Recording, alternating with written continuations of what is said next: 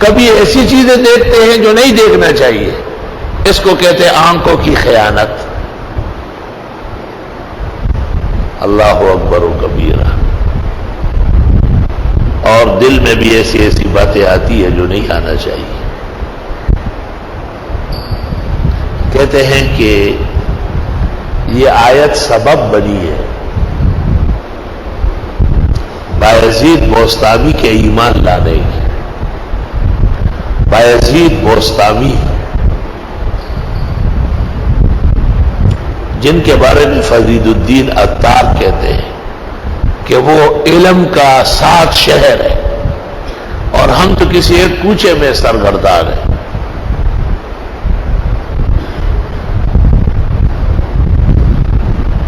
وہ زمانے کفر میں ایک راستے سے گزر رہے تھے، ایک پردنشین خاتون پردے میں سفر کر رہی تھی، آگے ایک چھوٹی نہر آئی، اس کو عبور کرنے کے لیے اس نے برق آگے سے اٹھایا،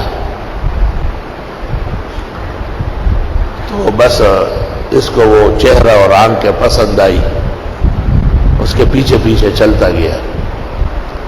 جب وہ مکان پر گئی تو یہ بھی نیچے بیٹھ گیا۔ اس نے مکان کے بالائی منزل سے کہلوایا کہ اے مسافر، آپ میرے پیچھے کیوں آئے؟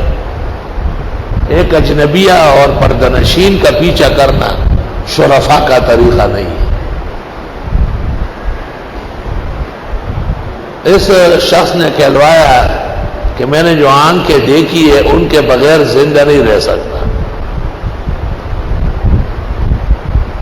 اس نے اپنے دونوں آنکھیں نکال دی اور تشتری میں رکھ کے نوکرانی کو کہا کہ اس شخص کو کہا یہ وہ آنکھیں لے جاؤ، یہاں سے چلے جاؤ۔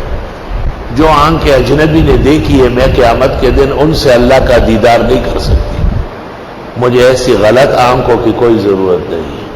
یعلم خائنۃ الاعین، وہ جانتے ہیں آنکھوں کی خیانت۔ وما تخفی الصدور، اور جو چھپاتے ہیں سینے۔ چنانچہ بایزید پر سخت اثر ہوا اور یہ اس گلی میں زور زور سے کلمہ پڑھنے لگا۔